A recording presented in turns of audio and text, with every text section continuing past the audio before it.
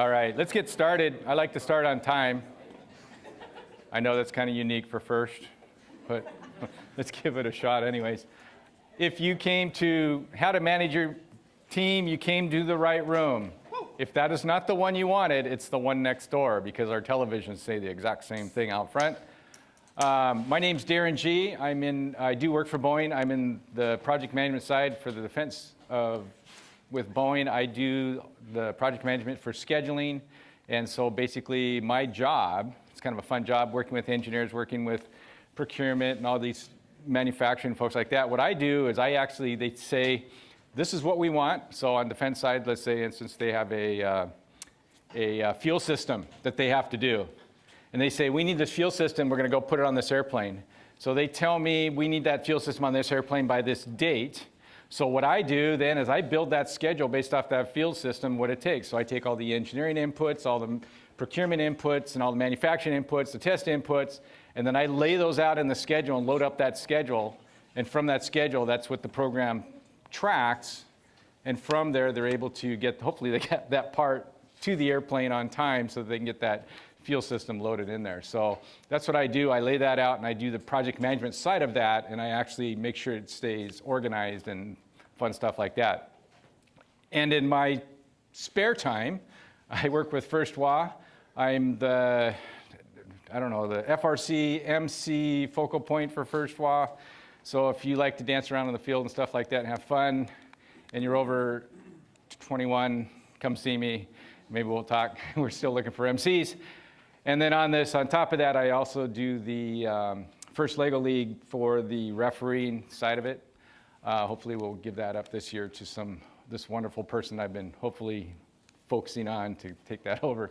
That would make my job easier. So with that way I'm able to manage my own life. So with that, I'm going to move forward here. Before we jump into this, really, this is about how to organize your team. Now, this is what has worked both on the FRC and working with some FTC teams that I have. So as I try to explain to people, this is the perfect environment. Okay? Teaching is the perfect environment. Training is the perfect environment. When you get into the real world and get out there to where your team, when your hair's on fire and everything's going nuts, and you think, gosh, we really need to manage our team better. Wait a minute, we went to that class. Just remember, you're going to end up with your hair on fire and going crazy and nuts. It's okay. This is the perfect environment, okay? So with that, and by the way, if you have a question, please raise it. I will call on you, because if you're like me, I always forget my question when we get to the end of the presentation. So feel free to raise your hand. I keep an eye on the clock. I try not to go off on too many shiny objects, but I do honestly do that. So with that, what I'm trying to explain here is what makes up a team. And the biggest issue we run into a lot of times, and you'll find this, is that you lose about 30% of your team typically. And that's because, I don't know if any of you guys have realized this, there's people that life happens, right? So what happens is how you lose that is there may be some students that have some sporting events that they have to support, or that they're in sports they're in.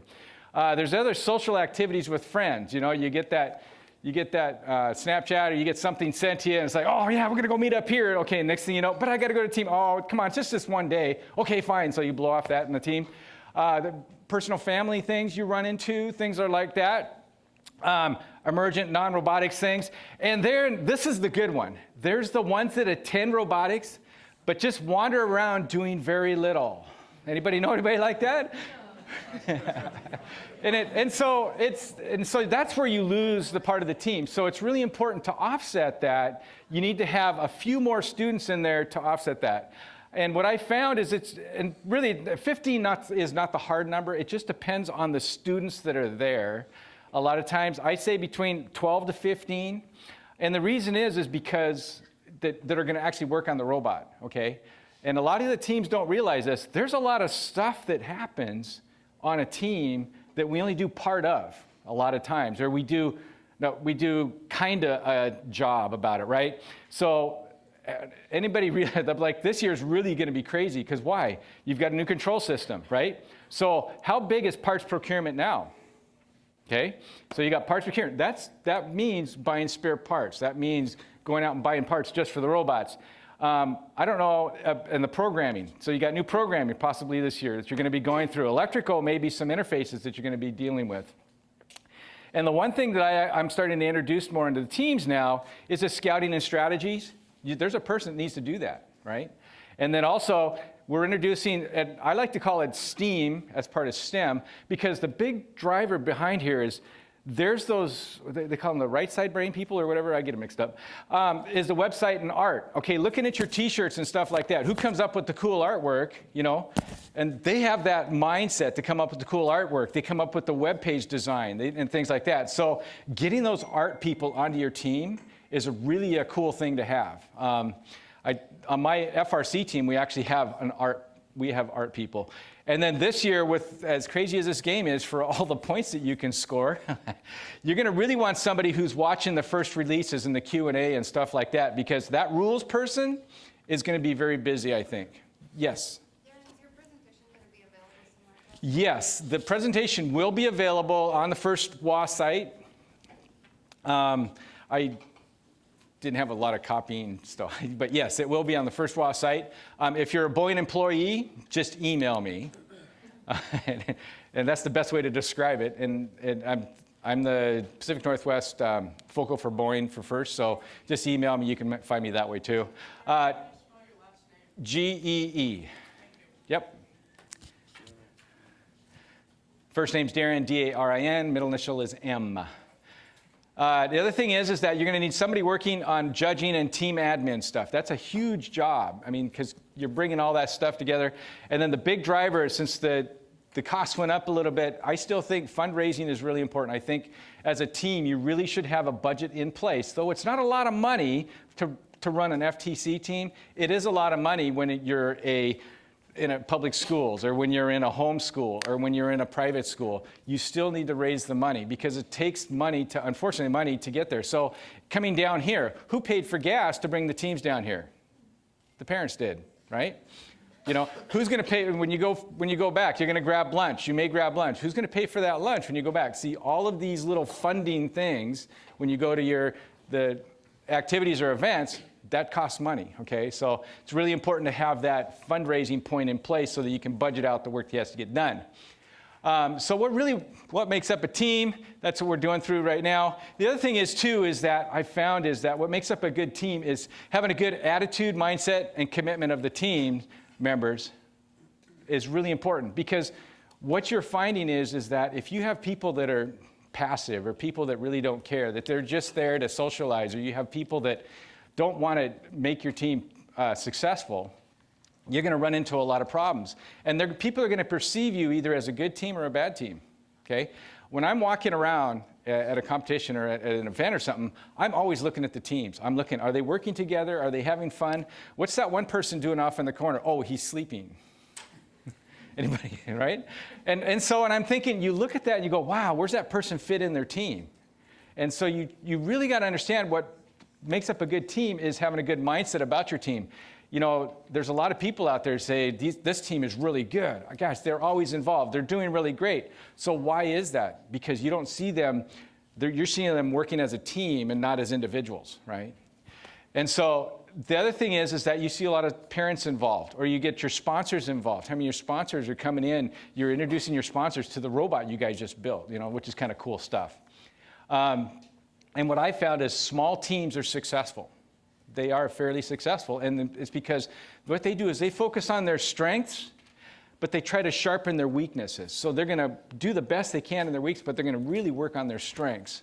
And then where large teams easily create a passive or bored team members, okay? Because what happens is you've got that core team members that are working on your robot or working on your programming and stuff. And then you have those other ones, right? That's the ones that fall asleep during the competition and stuff, or the ones that are, you know, they become bored. And so then they become the roamers on the team. The other thing that's going to make up a good team is good communication. This is something I've really worked hard, where my FRC team is still working on. But this is where you want to make sure everything's communicated correctly to your team members. One of the things is that a lot of times is that you tell them, or you get through the word of mouth, that you're going to meet here at this time, right? Well, what happens is when it goes by word of mouth, a lot of times that time changes, right? That's just like that gossip thing you do in classroom. You start something over here, and by the time it gets over here, it's completely different than what you actually talked about, okay? The word of mouth doesn't always work. So you always, as I try to tell people, do multiple avenues on how you're going to communicate the things with your team.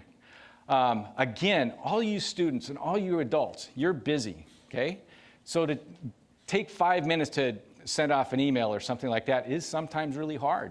So that's why it's really important to have that admin person who's responsible for that communication, right? And then, because again, like I said, is the word of mouth don't work. Another thing that doesn't work a lot either is that when you make the announcements during the team meetings, okay, we're going to meet over at so-and-so at this time, okay? And everybody thinks, okay, everybody at the team meeting that was there, probably 50 to 60% of them heard and understand what happened. The other ones were still talking because they had a really cool text come through. And so what happens is you lose that. So it's really important to go multiple avenues for communication, okay? As I tell people, it's even in my side of the job, what I do, communication is the most important thing to have. Email, and I usually follow up in person. Or I make a quick phone call and say, hey, did you get the email? I really want to get this thing done, right? So it's really important to follow through with that, and that's going to really help your team become stronger as a communication. The other thing is that having a good organization within your team. And there's a hierarchical organization that I think is really important, but it needs to be respected, okay? And it needs to have two things. You need an adult and you need a student at that top, okay? If it's just a student run, if you're a student run team, I'm not against that. I think it's the coolest stuff ever. But at the same time, remember, some of us adults have already been through this before on a lot of stuff. And don't be afraid to say, we've got this, adults. Go pound sand.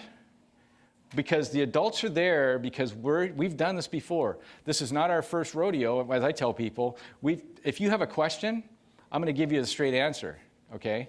And that's what it is that we're overseeing to make sure you guys, because I don't know about you, anybody in junior high school here ever get stuck in a shiny object where you start working on this and something pops up over here and then you go over here because it's more cool, right?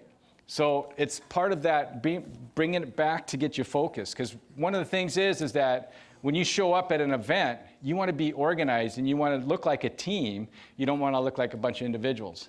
So it's really important to have some type of hierarchical setup. Including of that is a robot leader, making sure the robot's getting put together. This is the project management side of a person that's making sure the robot's coming together and then the strategy is coming together and everything's working all in sync. They got the people who's supposed to be doing electrical, the people who's supposed to be doing the programming, making sure that stuff is getting there in time to get that robot ready to run. And then the big people that as I call the quiet people in the back. These are the finance people. These are making sure the team schedules, the day-to-day activities are coming together. Maybe there's some things you have to go visit. In the middle of build season, this happens all the time. All of a sudden, you have to go to a sponsor's place to show off what your team has done or something like that. And you're right in the middle of build season, right? And you're trying to get this stuff done. So how do you break that part, support your sponsor while at the same time be able to build a robot, okay? So it's being able to schedule and put together those day-to-day activities.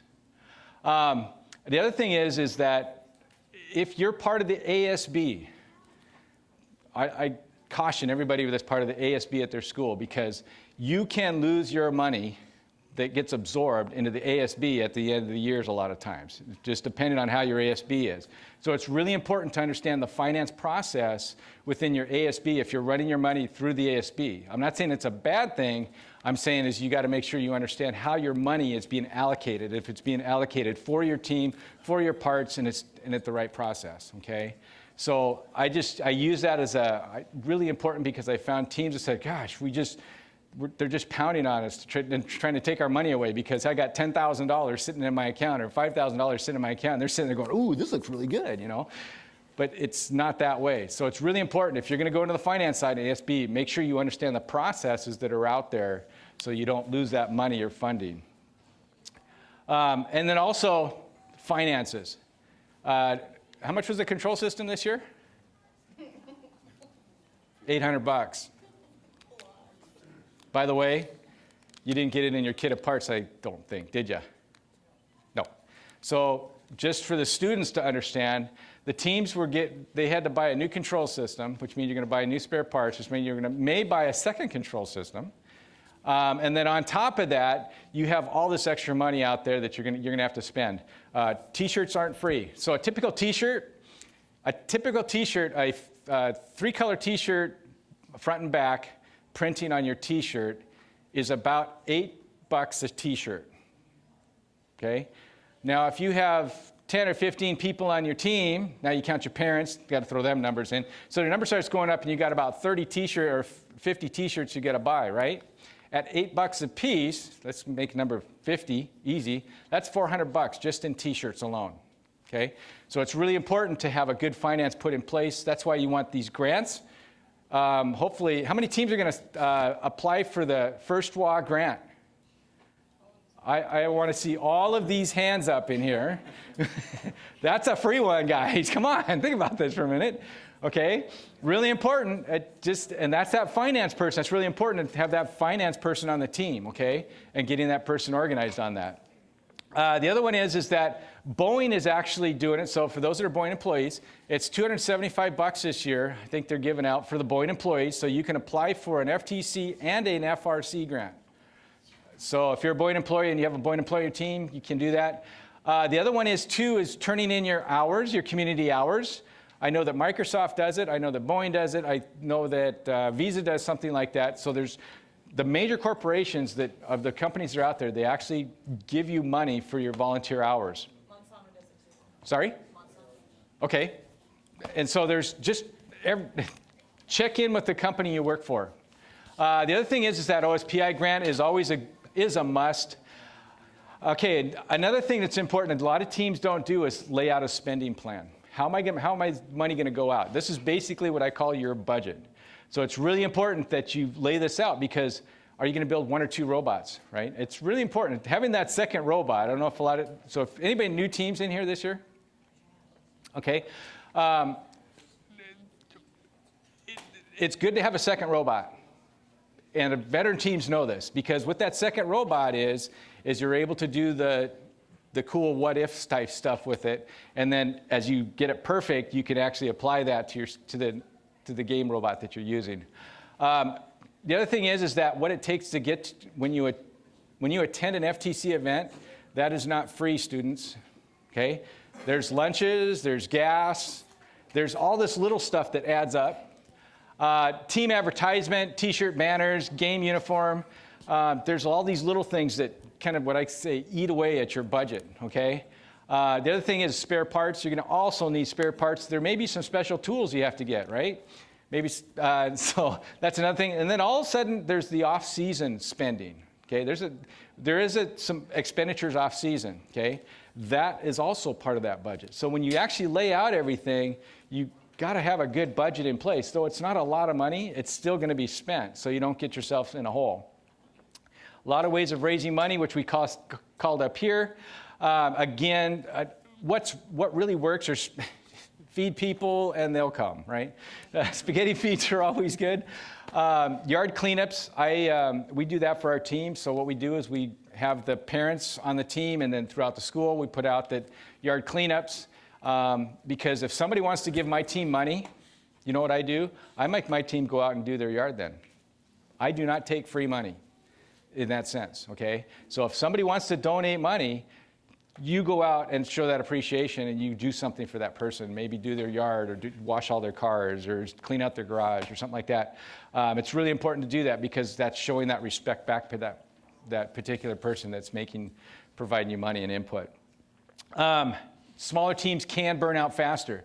So it's really important to lay out how you're going to utilize your money as you get it in, and then also choose your fundraisers because as a smaller team, let's say you have about 8 people on your team or 6 people on your team, and next thing you know, you got a fundraiser to go to. You got to go to a sponsors and show them this, and then oh by the way, they're right in the middle of build season. Okay, so now you guys are getting burned out trying to support all that different things. So it's really important to understand, choose wisely, and to come up with your money.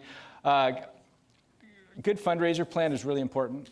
I think that because some places have fundraising at a certain time. So like the grants are like right now, right? Boeing pays out their volunteers every quarter. They pay out. So there's different times when the money could be available. So it's really important to get that budget plan in place to make sure you're organized in that aspect. Being successful. One of the things that I find is that teams think, we didn't win any awards, we didn't do this, we did all this wrong, so we're not successful. But really, it doesn't get back, it's not about that. It's about being able to come as a team. What did you accomplish? Yes, sir? Question for you about team size. Yes. I have a very large array of kids, and to limit it to a certain size, I'm having issues with how to accommodate that. I just wanted to get any ideas. So this is a team, they're huge. Best way to describe it. Lots of students means lots of probably going to be bored students, because you're going to have that core that's going to want to work on it, and the other ones that are just kind of getting bored now because they're not part of that now. To be honest with you, the real answer is breaking the team down, breaking it up into a second team, where depending on what age group it is, I'm not sure if it's a junior high or high school. Middle school. So middle school, that's even harder. Because the thing is that you have my thought would be is that you have the older students, the 8th and 9th grade, is it a 3? 6, 7, okay, so you have the 8, the 7, 8s be the core team, but they mentor the 6s, would be the best way to describe that. And that is where my suggestion would be is to have that second robot so that you can teach them how to do that, right? Because that's a good problem to have, but a bad problem to have. Even physical space. Oh. We got this 10 by 10 room with 50 people in it. Yeah, anybody have a large team? Yeah, of course you do. Other than starting a second team, a great way to involve kids is to build a strategy aspect. So you have kids that are not necessarily hands-on in the robot, but you're having those kids do the game analysis, the strategy, the scouting when you get to an event. So they're actually sort of a sub-team of a team. And that's a great way to involve kids that especially aren't necessarily very mechanical. That's a suggestion. Okay, yes. We have a small team, but I feel like this could apply to a large team too.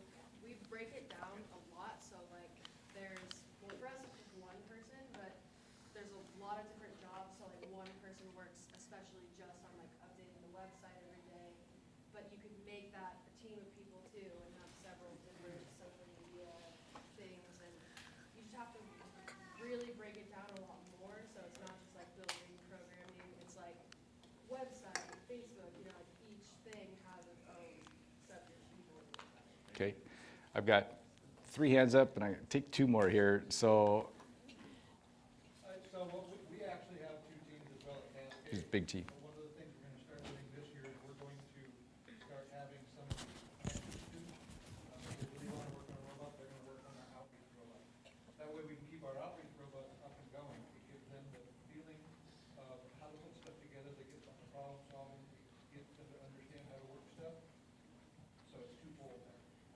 Gives us that opportunity. Okay, get it. Having 2 teams really is not that hard. Okay, real quick. And so I think we're gonna plan on separating off smaller teams. So should they have separate budgets? So they have some smaller teams. So to be honest with you, you can, but it's up to how the team dynamic wants to work with that, okay? When you break a budget apart, the problem you run into is that now you have a really big job, because you're trying to now juggle. Let's say these guys rip through all their budget really quick, and these guys are very frugal on their budget. So if you break it apart, what you're going to have is these teams are going to say, hey, can we borrow some more money type thing? So you're going to have that back and forth. And then also when you get your sponsorship money in, which budget does it go to, or does it automatically cut? So it becomes really an administrative nightmare a lot of times. Yes, last one. Actually, I want to say something about the splitting the budget. We have 3 teams within one club. We are for robotics, but we have 3 teams. And we actually, this year, we split up our budget. Okay. Because we found in the past years, one team might burn out Not 30, but A lot of motors over the other. It was taking away. So the way we figured out is we took basically the main parts of the robot and split them apart, and each team gets a certain amount at the beginning of the year to help out, but then each individual team does the rest of their fundraising, and if they burn out motors, that team has to pay for it. Oh, okay. Yeah, if you don't go to Seafair, you usually don't burn out motors. No, no, that's good. I'd like to hear back on how that works out, because there's different ways to do it. I'm not saying either way is wrong. I'm just saying how my mind would think it would be. I would just separate them out. But if I had one budget, what I do then is I would give them, each team has their own line item. But that's different ways to do it. Each one's different. So with that, I want to keep moving because I know that I don't like to be late on things. Is this an hour class? Okay, good. I thought I was thinking, oh my gosh, I'm not going to make it. No, because it's really important I like to stay on schedule. Funny. Bad joke. Okay, so any other questions real quick before I jump in? Okay. Okay, so the other thing about being successful as we work through this is that, is what I found is that it starts at the individual level, okay? The robots are really cool, winning awards are really cool and stuff, but it really gets down to the individual, you as an individual, you as the students that are in here, okay? If you don't win a trophy and you don't win all your matches, qualification matches or anything like that, but you had the best time, you learned how to program, you learned how to put something together, you learned about teamwork, okay? That's what's gonna make you successful, okay? The awards and the winning, that's not gonna follow you when you go into your life skills for going into college or going into starting your life as an adult. What's going to give you that successful point is learning about working with teamwork, learning about working with people that one person that smells funny and acts weird that you're able to put up with, okay? Or that what you learned about working as a team so that it's the give and take process. You learned about being proactive, about achieving something, okay? So it's not just the trophies and getting that recognition. It's about what you've learned and what life skills you've gained from this program. So again, as I tell people, it's not about the robot all the time. This is everything you're going to be used every day. What I teach our students and I work with our students in the robotics program, this is what I do at Boeing. I work with engineers. I work with the project management side of the material person. I work on what they call IPTs. The Boeing folks know what I mean by that. That's called an integrated product team. And we work together to come up with a certain part. So like for mine, it's going to be a fuel system. So we work together. So I learned to work together. I learned to put up with people because those type of people are at Boeing, by the way. And you smile and go with it, okay? Life is, we all have our uniqueness. And by the way, that person may not be the weird one. It might be me that's the weird one. So anyways, in lives, the other thing is that the science, this is going to help you build what you want to do, hopefully teach you what you want to go for your next step in life, all right? Hopefully, you'll graduate from high school. Hopefully, you will go to a trade school or college or a university, and from there, you're going to actually develop into something you want to do, okay? We're not going to be there with you that whole time, but again, you layaway volunteers, you're going to take what you've learned, and you're going to come back and teach the same thing you guys are doing right here, sitting in these same chairs. Okay, so it's really learning those life things to work so that you're not become what I call just become somebody who's just living off the land. Participating, yes. Before you go on, students, ask your mentors, why are they there? Because Good question. throughout the season, especially the new mentors, because you need to occasionally remind them that it isn't about the robot. I've been on teams where the mentors occasionally do forget this, and you have to bring them back to the fact that they started helping out because they want to help you guys. It is your team, not theirs.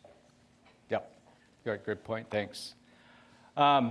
The other thing is that participating in Firstwa events, did anybody, I don't know, some of you junior hires in here, but like Firstwa puts on a lot of different events throughout the year, okay? Did anybody go to the Robo dance thing or whatever they had? They had a dance here, like, yeah, okay, the ones in the back there. Those are little fun participation things because those you get to know other teams. So when they show up in an event, you recognize, oh, I remember you. Yeah, you were wearing this and that. Yeah, we had a great time. Yeah. So it's really getting to know other people. Also, it helps you to learn and become part of it. And then what I found is that, so when I'm dealing like in an event, so Boeing puts on a couple events.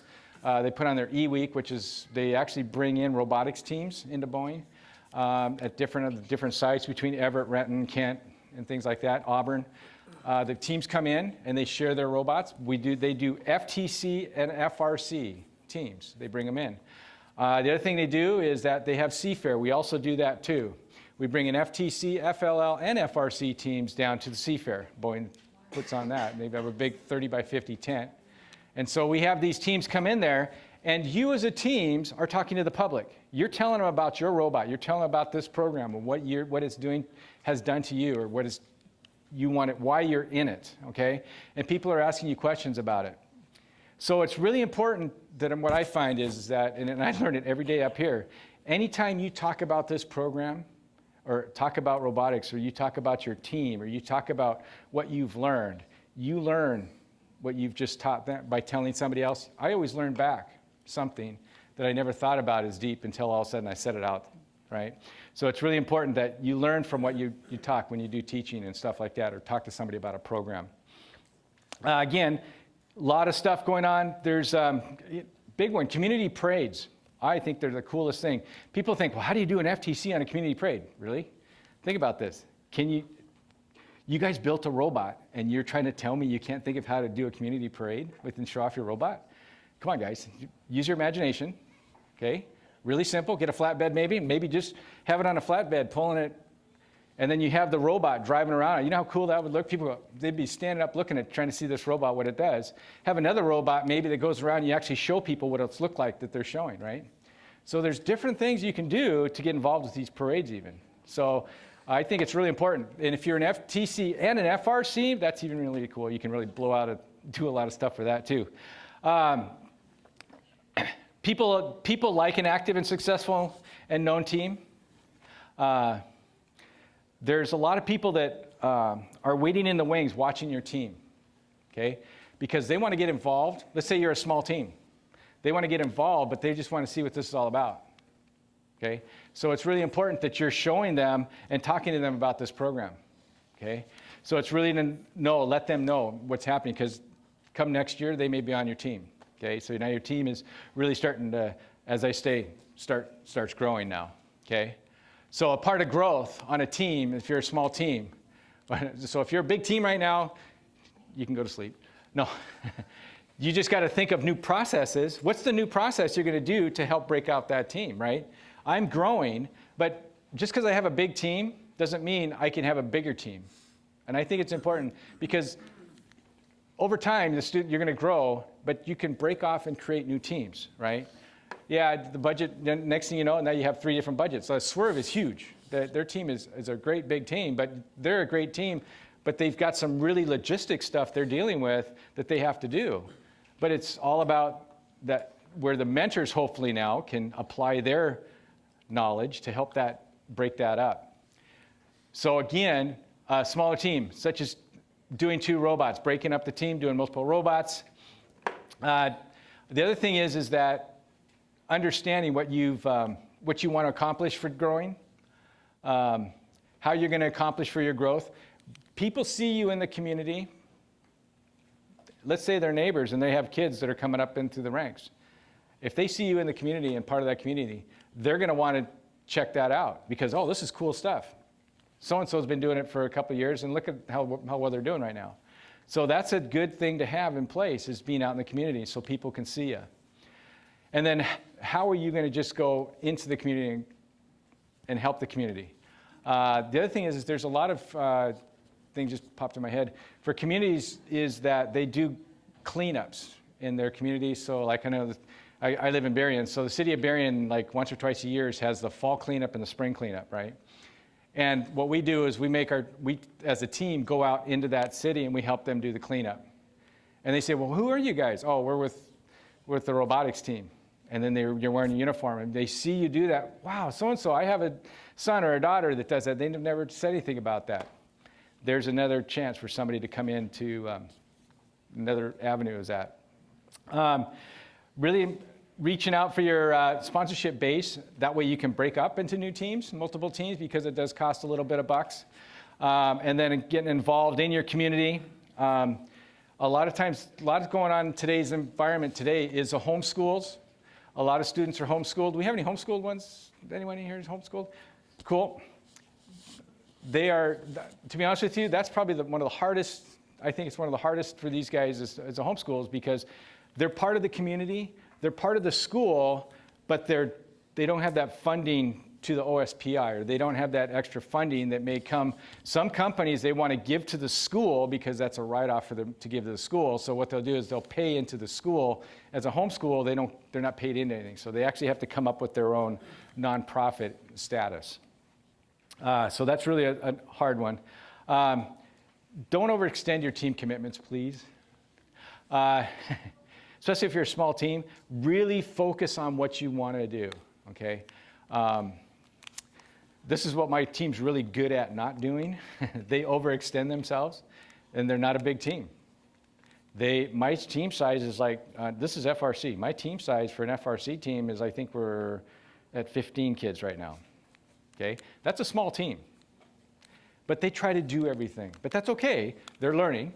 They're coming back. We have a lot of discussions, okay? So it's really important not to overextend your team, because next thing you know, kids are getting sick, they're getting bored, they're getting tired. So it's really important that you don't overcommit yourself when it comes to that, okay? Really lay out a plan. And again, don't burn out your limited resources. Your mentors work full-time, a lot of them. Your mentors may be a parent who doesn't have a job. Funny you should say that. Actually, they do have a job. They have a full-time job because they keep the house clean. They do the grocery shopping. They do your wash. They take care of those other things that we miss, okay? So just because a mentor may not have a full-time job, quote unquote, in the industry, they still have a full-time job bringing their family's life together and continuing. So it's really important. You don't want to burn those people out. So you as students need to help balance that with the mentors, okay? Really important to do that. And also the mentors to the student. This is me talking to the mentors now. Is your students have full-time job too. Theirs is going to school, doing homework, and getting through their studies and academics. We don't want to burn the students out, okay? So I have to think about how do I balance my students, okay? So it's really important that we don't overextend our team commitments. Oh, okay, I just got turned this around, 1 or 2. So really, I think upfront planning is the most important thing that a team needs to do, and laying out that whole program as a whole, okay? Because you cannot do everything. You're a large team, you still cannot do everything you want to. It's kind of like, it pops in my head every time now looking at this game. What are you guys going to build your robot to do? Which points do you want to get, right? You can't do everything. You can give it a great shot, but I guarantee you, your robot's going to be really fun to watch at that point. But you got to decide what you want to do, right? You got to decide and understand and lay out a game plan on what you want to do. A good annual plan, what I mean by that is that you want to lay out an annual plan. You need a budget. You need a program plan for your team, for both the admin side of things, if there's fundraising side of things. So lay out the plan on how you're going to get your budget and get your money into your bank accounts. Limit how many first awards team wants to apply or go toward. So a lot of times if you're going through awards, you're looking at the awards that are on there. What I try to tell my team, and I do, is that let's focus on this award this year, or this award this year, okay? Because a lot of times if you try to just be the great team, a lot of times I find is that you might get an award, but if you focus on it, really focus, because look at those, when you go into the site and look about what the awards are about, okay? Because I know at first they actually list out the awards and stuff like that, And if you really want to say, we never win awards, I always ask my team that, if you don't win an award, is that important to you? A lot of them will say, yeah, it's kind of nice to have, but at the same time, I'm saying is that when you're going after an award, there's certain things you do as a team and certain things you accomplish as a team that allows you to get that award, okay? That's a good thing because you've done it as a team. You've went out and you've set a focus and you've set a goal on what you want to do. And so you've gone out and you've hopefully accomplished that goal. Small teams cannot go for all of them. Work for quality, not quantity. Okay, really important to do that. But again, the key when the end is you got to have fun. Okay, because I think there's a lot of learning coming from fun. When I have fun, there's things I'm learning at the same time. So it's really important to have fun when you're doing this. Continuous communication, not just small teams. Actually, big teams are really hard for communication because the really thing I run across is that on the big teams is that there's always those students that don't read their emails, or always those students that don't do something else, that are all those students that are often a shiny object or something like that. And so they miss certain things that are happening, right? So continuous communication is really important. As I tell people, you never can over-communicate. Okay, like I said, when I send an email to somebody, I usually follow it up by a phone call, or if I'm at lunch, I see them at lunch, I said, hey, did you get that email I sent? You know, try to remember those things. Not a bad thing. The other thing is that use your phone text. There's some really cool apps out there to do mass SMSs. So make sure you have unlimited texting before you do that, by the way. And do the mass texts to everything. And what that does is that gets it out to all the team members for those that have phones. If you have a team website, you have a calendar on your team website, you can do that. Both Microsoft has a calendar you can use, and so also Google has a calendar you can use. So there's a lot of calendars out there you can set up for. Email blasts are always good. Nothing like a little bit of spam in the inbox. Phone trees.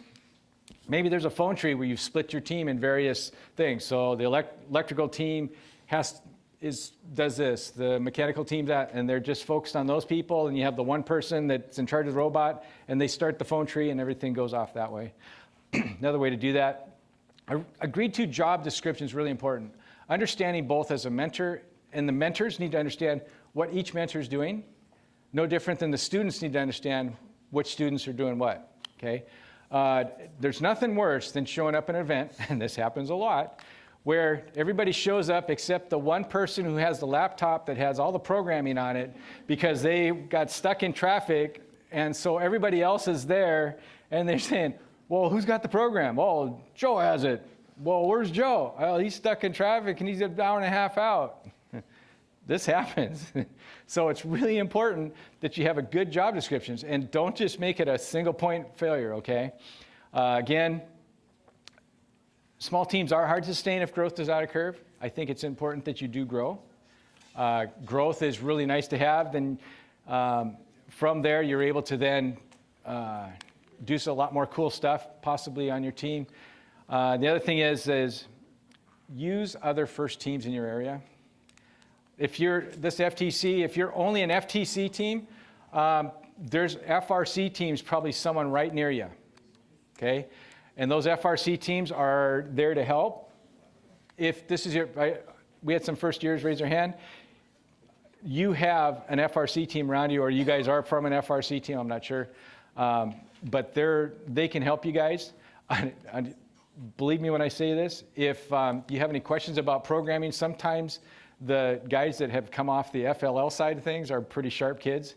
I've seen some really cool programmers coming off the FLL, so don't be afraid to say, okay, as a sixth grader has this programming knowledge. Don't be afraid to ask a sixth grader to do this, help you with this programming. It's okay. Though you are in junior high now, it's okay to let a sixth grader teach you how to do some programming if it's your first year. With that, I kind of blew through this in 45 minutes. Is there any questions, and I mean questions about team issues or things that you're running into or things you've seen, and you don't have to divulge if it's a team or not. Yes, sir. And to this point of burnout and kind of team management, this might be a bit of an esoteric project management point. Do you advocate more sort of traditional waterfall process or more of an agile process, in terms of like how the team would approach breaking down tasks and Right. finding a job. So, wow. I know exactly what you said too, by the way. So actually it'd be the agile side. And the reason I say that is because I believe in, at the bottom up, breaking it out, because as part of the agile system, you go from a lower level and then you trees up into the various work that has to get done. So it's really, first thing is so what it is, what he was saying is that, so there's two ways of laying out a program. Is you have the waterfall effect, which is basically this is the stuff that has to get done in the order it has to get done in, okay? The agile is, it's been a while, I don't use agile a lot, so I'm gonna try to wing it. The agile is more of a bottoms-up process where you actually have laid out the work that has to get done, and it goes up into the higher level work that gets output. So you're gonna have, so you have your programming, you'll break out your programming and your mechanical and your electrical, and they're down here at this lower level putting their stuff together, and then they, as I say, they meet up at the next level up. Does that make sense? And so the reason I like that way is because in the end, you're gonna have what they call the vertical output, which is gonna be hopefully a robot and a team that's laid out that has everything. So everything's actually works together as they're coming together. And then there's a point, intersection point, where you're starting to load your final software or loading your final electrical, because you got some sensors you want to add on now, right? Or something, or a mechanical, because you've decided now you're gonna climb.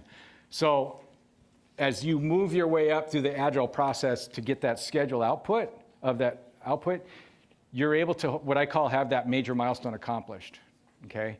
So, but if you're to go through what they call the waterfall effect, and you just kind of go, yep, we did this, yep, we do this, yep, we did this, yep, we did this, what happens is you're almost like you're, what I call, it's just you're kind of reacting as things get accomplished, where you've broken up the team instead now, and you're working your way as a team, individual teams that come up together to make the final output, okay? So, Yeah, no, so I was wondering which side you. yeah, that's what I would do that, and because it's a lot easier, I think. It's a lot more organized than just kind of, as I say, just kind of reacting as we go through as you get things done. You can also involve more of your team members in the different areas. Areas. So that your business guys or what, they Right. can be working. Because if you're doing this, you've got a lot of people standing around watching. Yeah. Yes, sir. I was also just kind of adding to this where we do iteration. So Yeah. we have a target of getting a robot out fast, or at least, at the very least, we require prototypes. All teams must prototype something before they do it. And that's Oh, okay. and then you have to spend an hour. But there, Do you look at that iterative process across the other aspects of the project as well? Yes, and it's important also that you accomplish some tasks, like the waterfall thing. There are some things that you do want to get done first, like right, right. But the thing is, so the waterfall, a lot of times when you're using, say you are using the agile process on that, you actually, within each of those points, you've developed some type of what I call the waterfall of the work that's get accomplished within that. You know, it's, yeah, it's a hybrid of that, yeah. Yes. So, I'm trying to figure out the best way to word this. So, like, as a team captain, the biggest issue that I see us having usually is like, there are like subgroups and then there are people in charge of the subgroups. So, there's like the lead programmer who, Mm-hmm. And the biggest issue we have is people who are in charge of the subgroups sometimes like don't follow through with what they're supposed to be doing. Or Yep. people in the subgroups do that, and people who are managing the subgroups don't see it. So I'm wondering kind of like, and then, when things don't get done because of that person, then it all falls on one person. Right. Which is usually me. So I'm wondering like what the best way is to help streamline that. And Okay. not- Yep. you know what I'm saying? I know Swerve knows this answer. Is how do you guys handle your multiple subgroups? So if you have the layout, I can answer. I'm going to let you guys. I like to let the class work with each other on this. You have the major build points. You have your leads in those build points that feed into the, what I call the robot lead, the person in charge of everything. But they start falling down on their responsibilities. How do you handle that where the lead person falls back on their responsibilities? Mostly it's the metrics come in, Okay? try to get the students. Yep. Someone else in the group is taking over as the lead essentially. You just say, okay, we're gonna switch positions because we need to make sure this is getting done. And this other lead, you pull them aside, you explain to them why they're being taken off lead. You Yep. do it in private so that they can ask questions and you can respond to it and you're not embarrassing them. Right. You're just gonna explain to them what's going on. And that's a great way to do. Do you understand how that is? Yes, real quick. Well, another thing we do in Sport is if one part of the team seems to be lagging behind where we all want them to be, we just, the mentors will say, hey, it looks like we're not meeting that deadline. Who else in the team can help? You know, so we try to pull in other resources from the team. Okay. People who want to contribute to help get that back on track. And then, because we don't always predict, you know, how long each piece is going to take. That team may be operating really well, it's just they may need extra help. Right. So, Okay. She had a question. Oh, yeah. And so I was thinking maybe you could have an overall mentor for all subgroups. Yep. Maybe somebody who's really experienced and has been in other First Lego League competitions. Okay, that'd be good to kind overall. of oversee. Okay, I saw two hands, and that's why I got to go with the two hands I saw first. So, kids on my team, they came up with, they have dads that work at all these places, so they have something called Scrum. So at the start of a meeting, you just stand up, what have you done, what are you planning to do or going to do today, and what's blocking you? Yeah. What that is. And so it's a really quick way, everybody gets on board, what's up, what's gonna happen, and then if there's something that's blocking or something, that comes out at that time. So they've done a great job of that. Okay, I got the other one. Are you done? Okay. You had the hand up real quick? Because not everybody in the team is able to attend every single event the team puts out there, what would be like a good balance between like what's like exerting yourself too much that you wear yourself out and what's too little and not attending enough? Okay, I got multiple questions here, so let's try this again. So first part is how do you keep yourself from burning out? Or It's kind of like what's the balance between too much and too little of attending? okay, so it really gets down to a couple things. It's the students how much they can take on, but again, it gets back to defining the responsibilities of the students. Okay, so and I think that's really important because then you're able to, as they say, is you have that defined responsibility, and then from that defined responsibility comes what they can do and not do. And as I have students that say, well, you have the one student that just loves to do electrical and they kind of bleed over to the mechanical side, and it's really back to the mentor to bring them back, or back to that lead, the person in charge of that particular, let's say whoever's in charge of your electrical, is to make sure that responsibility doesn't burn them out, doesn't give them, so you're trying to set a type of structure. You should have some type of structure on that team. That's really what you're trying to do, to eliminate that. Does that answer your question on that? Kind of? You have to ask me in maybe one thing. So there's 5 minutes to your next class. And if there's any questions, if you have any questions,